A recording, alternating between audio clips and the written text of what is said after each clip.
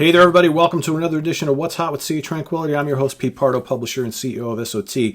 Here's where we take a look at some of the great new releases that are coming out in the worlds of heavy metal, progressive rock, hard rock, classic rock, jazz fusion. We cover a lot of ground here on the channel. So today we're going to take a look at the first new album from U.S. traditional metal / doom band Cirith Ungol. It's their first album since 1991's Paradise Lost. It's a long-ass time ago, folks. So it's called Forever Black. It is out now on Metal Blade Records. Perfect home for this album. I got to tell you, so I've been listening to Cirith Ungol since their very, very first album. I mean, you know, we're going back a ways here. And that's the Frost and Fire album. Then you had King of the Dead. You know, so this is only their fifth record. Only their fifth record. And they always were a very, very unique band. Kind of hard to kind of classify. Yes, they played a form of classic metal, but they had plenty of doomy elements, right? They had a little touch on a little prog here and there. They had a vocalist, Tim Blake, who sounds like nobody else. Sounds like he's like gargling on glass, right? He's not a growl or anything like that, but he's just got this really kind of hard to describe vocal style that like nobody else sounds like. And he's like one of those guys, you probably either love him or you don't. There's probably no middle way with him, right? But he's still in the band. And in fact, you got a couple of guys who are kind of still hanging around. So you got Tim Baker from the classic period. You got Tim Baker on lead vocals. You got Greg Lindstrom on guitars and Robert Garvin on drums. So those guys are from the original era of the band.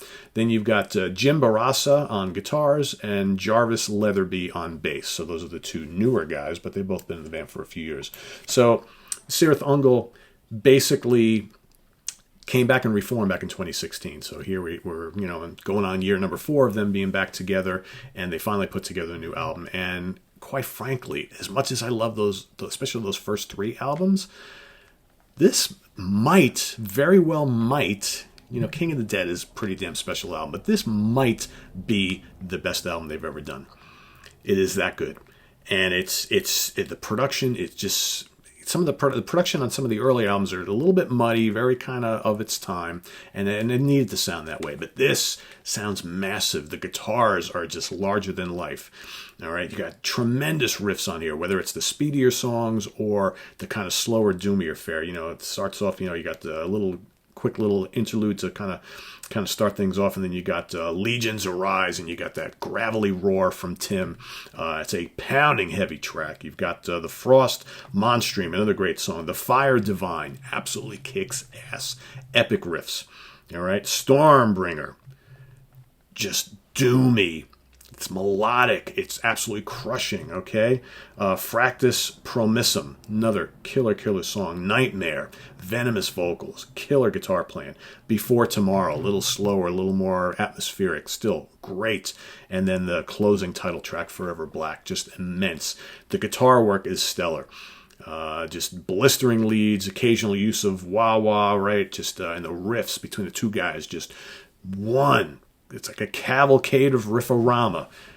Just unbelievable stuff. And like I said, Tim's vocals is going to be a love it or hate it thing for most people. So if you've never listened to Cirith Ungol, you may check this out and you may be like, oh, that's different. Yeah, he's definitely unique. He does not sound like anybody else. And but he sounds exactly the same as he did back in the early mid-'80s. That's the crazy thing. So he has really saved his vocals quite well. So let's take a look at the package here.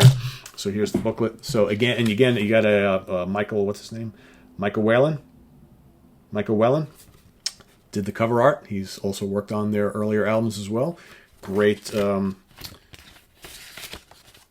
artist. And it's basically just, not much to the booklet. Basically got lyrics to all the songs, which is cool. No pictures of the guys, unfortunately.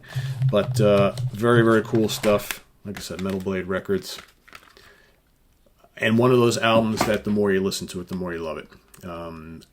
We've had some really good metal releases come out this year so far. It's probably going to be a slow year for new releases because of the pandemic. Obviously, a lot of bands who were working on albums kind of put a stop to things for a while, and you got to get the stuff pressed and finished up and released and all that stuff. So, but as far as like heavy metal goes this year, between the New Testament and this, man, but this is damn good, so powerful. Great to hear something new from these guys after so long. Yeah, this, like I said, this was one of those bands that I listened to in the 80s that I think were just so unique, and I just really dug them. But like most people, I had no clue who they were. It's like this band was very much an underground band. And that's okay, right? Because sometimes a lot of people are like, oh, it didn't sell, it means they weren't good. No, it's not. There's a ton of great music that was released in the underground. Okay, they were more of an underground band, because this is not mainstream music. All right, this is not top 10 stuff. This is like you have a certain audience for a band like this, and the people who dig this stuff know how good they are. So read the full review at www.seaoftranquility.org.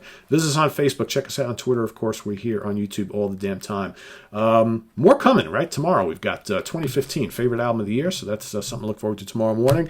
We've got over the next couple days hoping to do a Procol Harum ranking the studio albums, trying to do British Canterbury prog act Caravan also hopefully sometime this week. We got more metal, more prog, more hard rock, more stuff coming up, so check us out and stay tuned. All right, we'll see you soon. Bye-bye.